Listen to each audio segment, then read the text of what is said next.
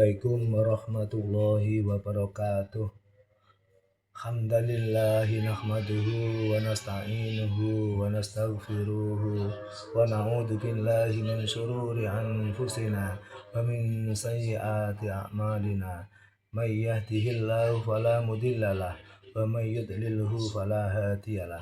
Asyhadu an la ilaha illallah wahdahu la syarikalah wa asyhadu anna Muhammadan abduhu wa rasuluh.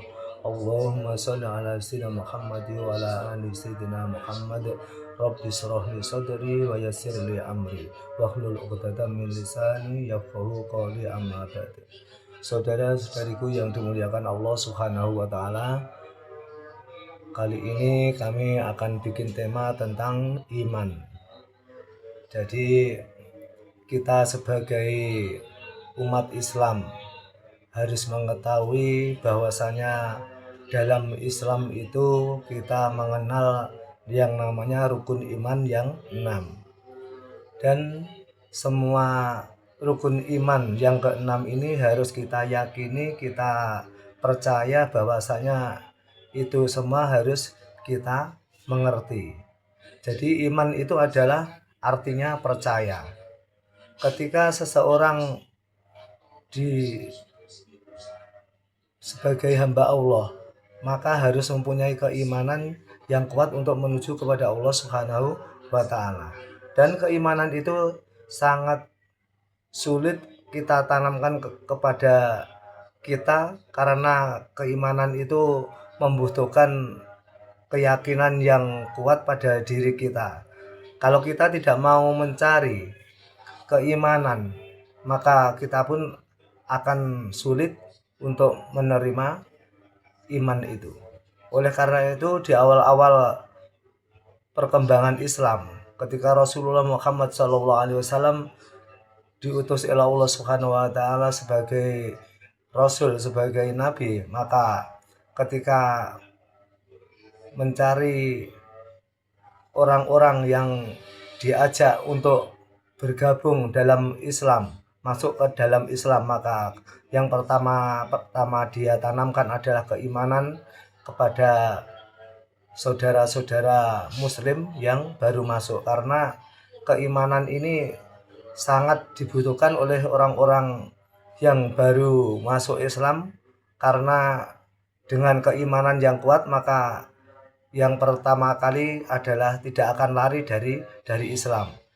Jadi di saat awal-awal Rasulullah menjadi Rasul itu tidak langsung disuruh sholat, tidak langsung disuruh kewajiban-kewajiban rukun Islam yang 5. Oleh karena itu, kita sebagai umat Islam, sebagai hamba Allah yang ingin benar-benar dekat kepada Allah, maka keimanan kita harus benar-benar kita jaga, kita tingkatkan setinggi mungkin. Soalnya orang-orang yang imannya sudah tinggi tentu akan dekat kepada Allah Subhanahu wa taala. Jadi ketika seseorang mempunyai iman di dalam hatinya, walaupun sekecil biji sawi, ketika orang sudah masuk Islam kemudian sudah mempunyai iman walaupun kecil, dia pun nanti akan merasakan nikmatnya Allah, yaitu surganya Allah Subhanahu wa taala. Tentu sebelum dimasukkan ke surganya Allah, tentu kita akan dibersihkan lebih dahulu supaya menjadi orang-orang yang benar-benar bersih. Karena di surga itu orang-orang harus benar-benar bersih. Tempatnya adalah tempat yang suci. Oleh karena itu, di dalam surga itu penuh kenikmatan, tidak ada keburukan, kejahatan, iri, dengki sudah tidak ada, karena di situ sudah bersih semuanya. Kemudian ketika kita nanti akan meninggal, tentu semua orang akan merasakan yang namanya kematian. Oleh karena itu, ketika kita di dalam sholat kita, di dalam ibadah kita, tentunya kita harus mempersiapkan keimanan itu guna untuk mencapai derajat nanti di surganya Allah Subhanahu wa taala. Tentu kita membutuhkan keimanan yang kuat karena semua itu adalah modal keimanan kita kepada Allah Subhanahu wa taala. Oleh karena itu, ketika kita masih hidup ini harus mempersiapkan diri, semoga kita semua menjadi orang-orang ketika mati dalam keadaan husnul khotimah. Ini merupakan harapan yang begitu besar umat Islam untuk menjadi orang-orang yang husnul khotimah di akhir hayatnya. Karena itu kita harus membiasakan diri menjadi orang-orang yang senantiasa menjaga ibadah kita kepada Allah Subhanahu wa taala. Menjadikan kita selalu berbuat baik kepada sesama manusia. Semua makhluk hidup kita saling mencintai. Kita cinta sehingga kita akan dicintai oleh makhluk Allah yang baik yang di langit maupun ada yang di bumi. Oleh karena itu keimanan kita sekali lagi jangan sampai hilang ketika kita masih hidup. Kita jaga sampai akhir hayat kita, atau ketika kita sudah dalam keadaan mati itu kita menjadi orang yang husnul khotimah. Ini memang berat. Jadi keimanan itu memang berat pada kita, untuk menjaganya itu memang berat. Oleh karena itu keimanan itu kadang bisa turun, kadang bisa naik. Ketika iman kita turun, maka ibadah kita pun semakin kendor. Itu berarti iman kita sedang turun. Ketika kita mampu melaksanakan ibadah kepada Allah Subhanahu wa taala, kita mampu meningkatkan kualitas keimanan kita, ibadah kita kepada Allah Subhanahu wa taala, maka iman kita sedang naik. Ketika iman kita sudah naik, maka jangan sampai iman kita turun. Kita harus menjaga dengan baik-baik. Karena itu keimanan itu memang sulit dijaga, dan tantangan kita menjaga keimanan pun juga sangat besar. Oleh karena itu ketika seseorang menjaga keimanan kita, maka godaan-godaan yang pertama adalah dari hawa nafsu kita. Kadang kalau kita tidak mampu mengendalikan hawa nafsu kita, maka keimanan kita pun akan semakin turun. Bahkan kalau kita tidak mampu menjaga hawa nafsu kita, bisa-bisa iman kita hilang. Itu banyak sekali orang-orang yang tidak mempunyai keimanan yang kuat itu karena hawa nafsunya, keinginannya yang tidak mampu membendung hawa nafsunya, akhirnya dia menjadi seorang yang murtad atau menjadi orang yang kafir.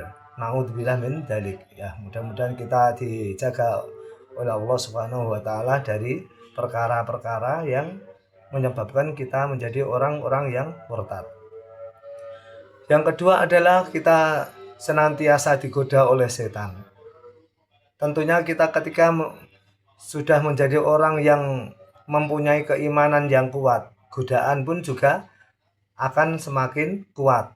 Jadi ketika kita menjadi orang yang sudah kuat keimanan kita, maka setan pun yang menggoda kita pun juga setan yang kualitasnya hampir sama dengan kita. Ketika setan tidak mampu menggoda kita, maka dia pun minta tolong kepada teman-temannya yang lebih tinggi ilmunya, sehingga mereka mampu menggoda orang-orang yang mempunyai keimanan yang kuat ini. Makanya kita jangan sampai menyombongkan diri kepada makhluk apapun, karena kita bisa tergoda oleh bujuk rayunya setan. Oleh karena itu kita selalu mohon pertolongan Allah, hidayah dari Allah Subhanahu wa taala untuk senantiasa menjaga keimanan kita. Semoga keimanan kita akan semakin terjaga. Yang ketiga, keimanan kita bisa tergoda hanya karena syahwat.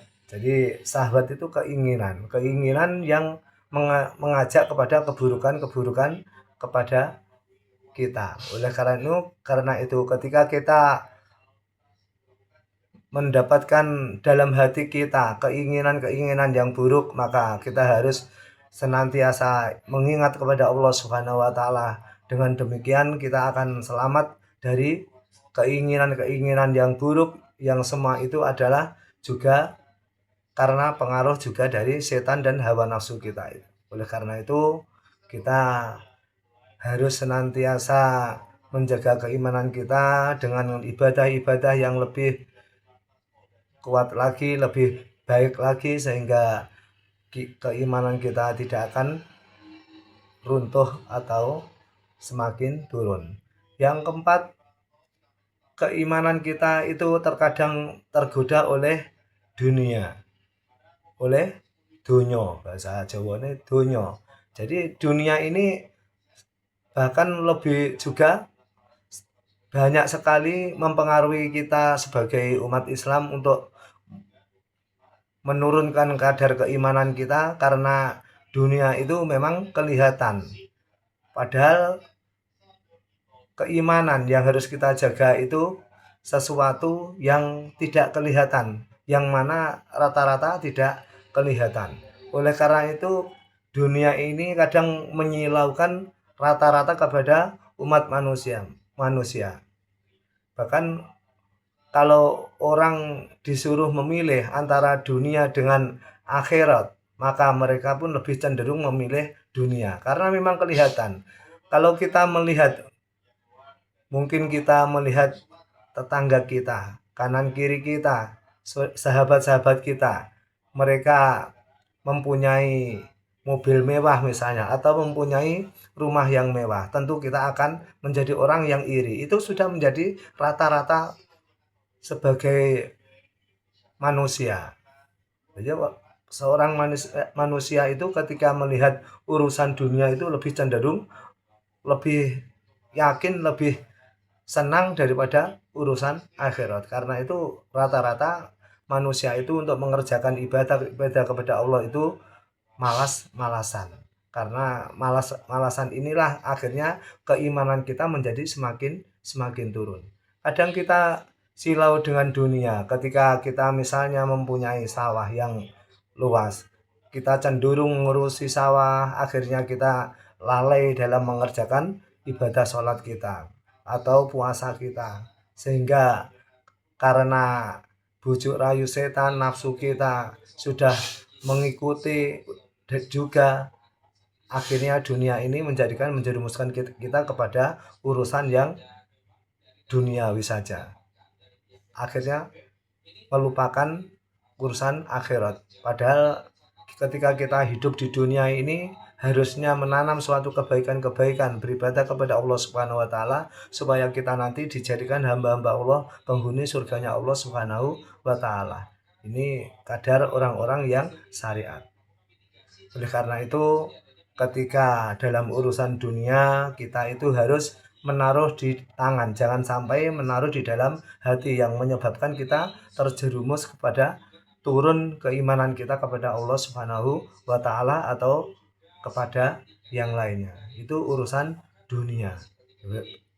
Karena jabatan pun juga kita bisa silau, karena rata-rata orang itu mengejar jabatan. Ketika dia berada di bawah mengolok-olok yang di atas, ketika dia berada di atas kelakuannya juga sama. Oleh karena itu ketika kita dipimpin oleh seorang pemimpin, hendaklah kita selalu mendoakan mereka supaya mereka senantiasa memperjuangkan rakyatnya, selalu menjaga ibadahnya, selalu menjaga amanah dari rakyatnya, sehingga dengan doa-doa itu menjadikan pemimpin-pemimpin kita menjadi orang yang selalu mendapat pertolongan dan hidayah dari Allah Subhanahu wa taala. Jangan kita mencemooh mereka, karena kita pun ketika berada di posisi menjadi pemimpin, ternyata kita pun tidak mampu melaksanakan amanah yang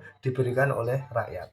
Jadi kita itu harus senantiasa qanaah sesuai ketika kita berada di posisi dimanapun kita berada, menjadi kepala keluarga, menjadi kepala kepala desa atau menjadi RT RW, semua itu harus kita syukuri bahwasanya ini merupakan amanah anugerah dari Allah Subhanahu wa taala kepada kita, supaya kita senantiasa menjaga amanah itu.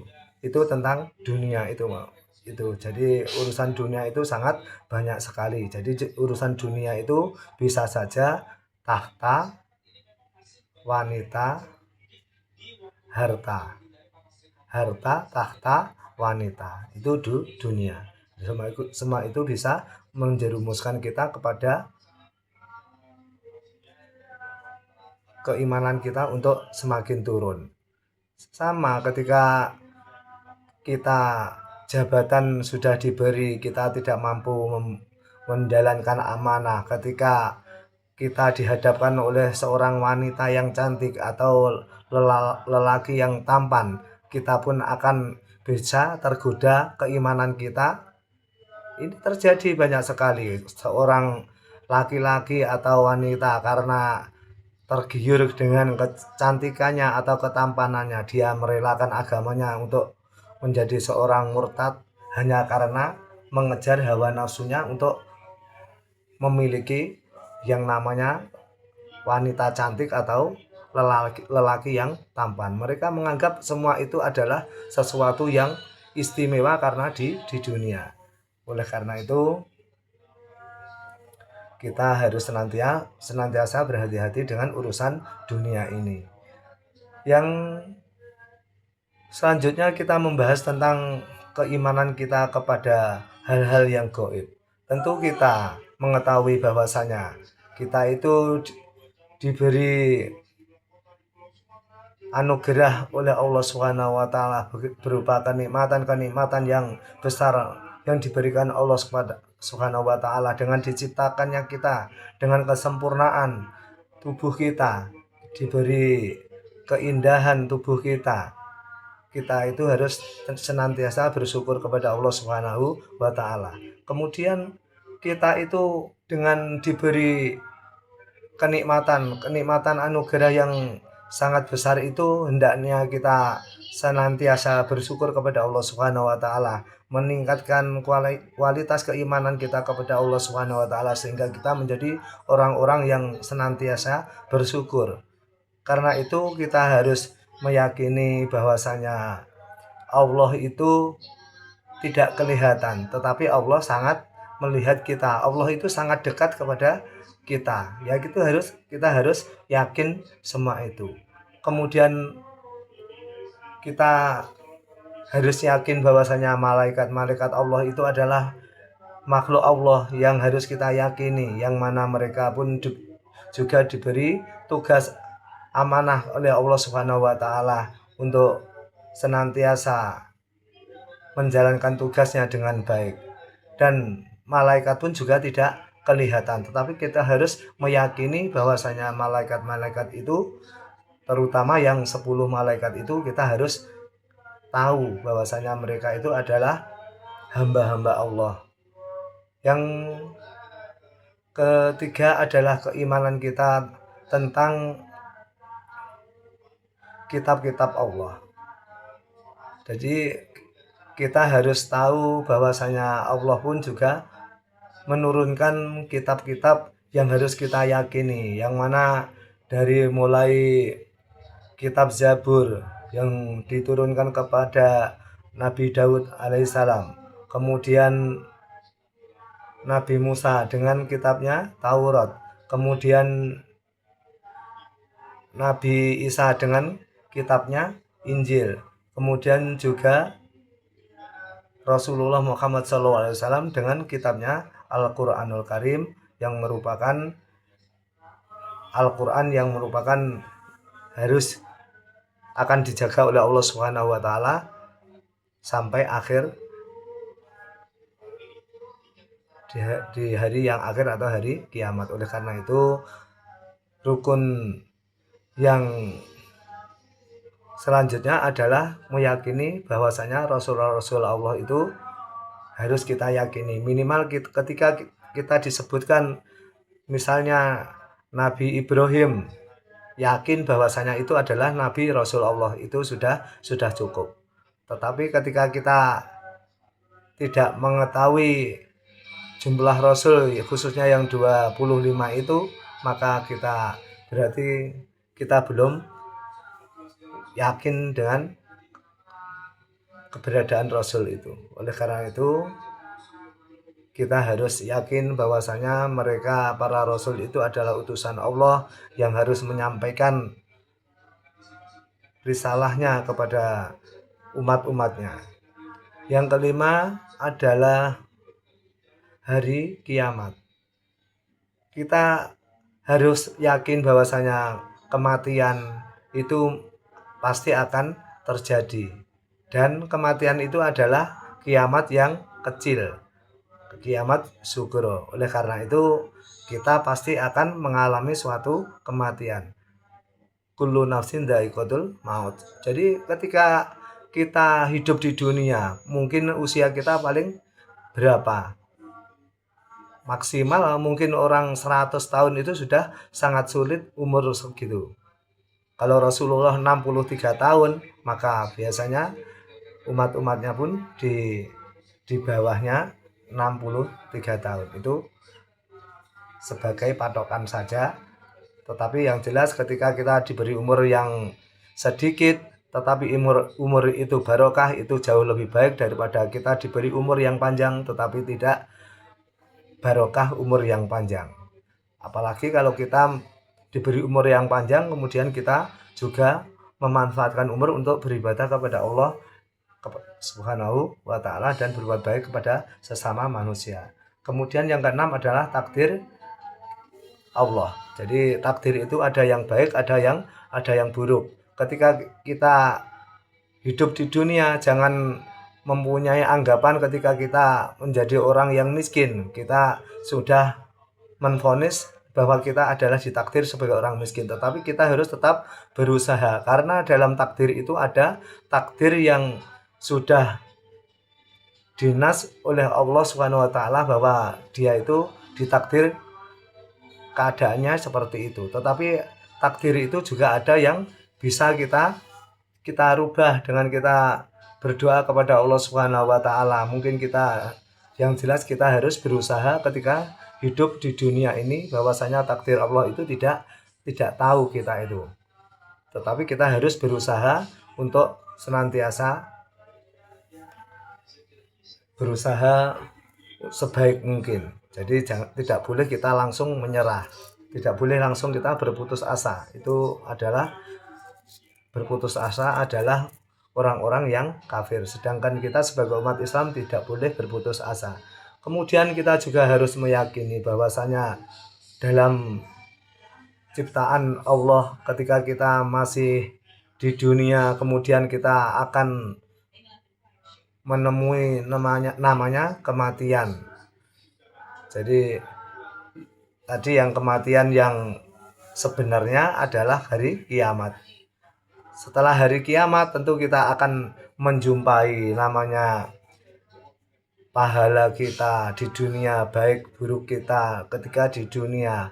Orang yang baik akan mendapatkan balasan kebaikan berupa surga, tetapi ketika orang pahalanya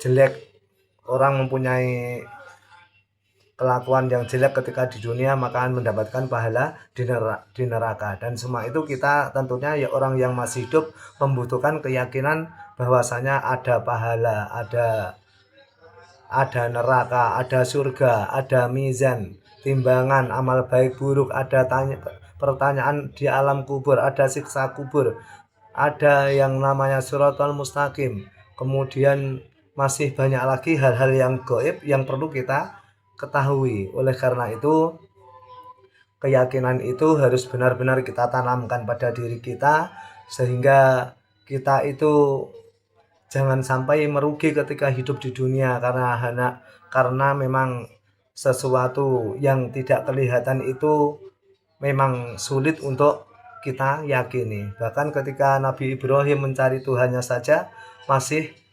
kebingungan, dianggapnya matahari sebagai Tuhannya, bulan sebagai Tuhannya. Akhirnya dia bisa menemukan keyakinan sesungguhnya bahwasanya pencipta alam semesta ini yang ada di dunia, di langit itu adalah penciptanya adalah Allah Subhanahu wa taala. Oleh karena itu kita sebagai hamba Allah jangan pernah bosan-bosan berputus asa untuk mencari rahmat Allah, anugerah Allah Subhanahu wa taala. Kita menuntut ilmu sebanyak mungkin kepada para ustadz, para kiai, para alim ulama untuk senantiasa menjadikan diri kita menjadi orang-orang yang mempunyai keyakinan yang kuat tentang Allah dan ciptaannya dan urusan kita setelah kita kematian nanti. Oleh karena itu kita harus juga menjaga anak cucu keturunan kita, jangan sampai mereka itu jauh dari keimanan kepada Allah Subhanahu wa taala dan rukun yang 6 tadi. Oleh karena itu kita harus mencari ilmu sebanyak mungkin guna untuk membentengi diri kita, untuk membentengi anak cucu keturunan kita, untuk senantiasa di jalan Allah Subhanahu wa taala, untuk menjadikan orang-orang yang benar-benar menjadi orang-orang penghuni surga, orang-orang yang dicintai Allah, orang-orang yang selalu dekat kepada Allah Subhanahu wa taala. Ini tentang keimanan, mudah-mudahan kita semua intinya kita ketika hidup di dunia harus benar-benar menjaga iman kita supaya kita benar-benar menjadi orang yang selamat di dunia dan di akhirat. Sebelum kita meninggal, kita harus menjaga diri kita, semoga kita ketika mati dalam keadaan husnul khotimah. Sebelum kami akhiri, ketik Imam Ubaid, semoga kita senantiasa nanti bisa bertemu di surganya Allah Subhanahu wa taala. Kita semua berkumpul bersama saudara-saudara kita, bersama anak cucu keturunan kita, bersama orang tua kita dan seluruh sahabat-sahabat kita yang kita cintai. Semoga kita nanti bisa berkumpul di surganya Allah Subhanahu wa taala. Amin amin ya rabbal alamin. Semoga kita senantiasa mendapatkan hidayah pertolongan Allah Subhanahu wa taala. Amin amin ya rabbal alamin. Akhirul kalam, ihdinas siratal mustaqim. Wallahul muwaffiq aqwamut thoriq. Wassalamualaikum warahmatullahi wabarakatuh.